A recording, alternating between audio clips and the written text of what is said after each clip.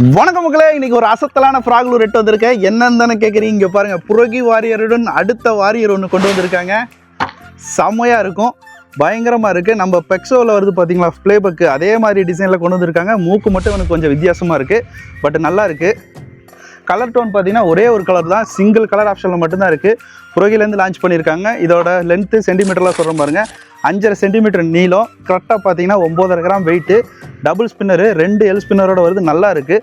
இதோட பெரிய ஹைலைட் என்னென்னா, இதில் போட்டிருக்க ஹூக்கு தான் கார்பன் ஸ்டீல் ஹூக் யூஸ் பண்ணியிருக்காங்க. நல்லா ஹெவி ஹூக்கு, குட்டி சைஸில் இவ்வளோ ஸ்பெசிஃபிகேஷனோட இந்த ஹூக்குக்கும் செம்மையாக இருக்குது. மீன் வந்து வாயை வச்சுச்சுன்னா கம்பல்சரி ரிசல்ட் தான்.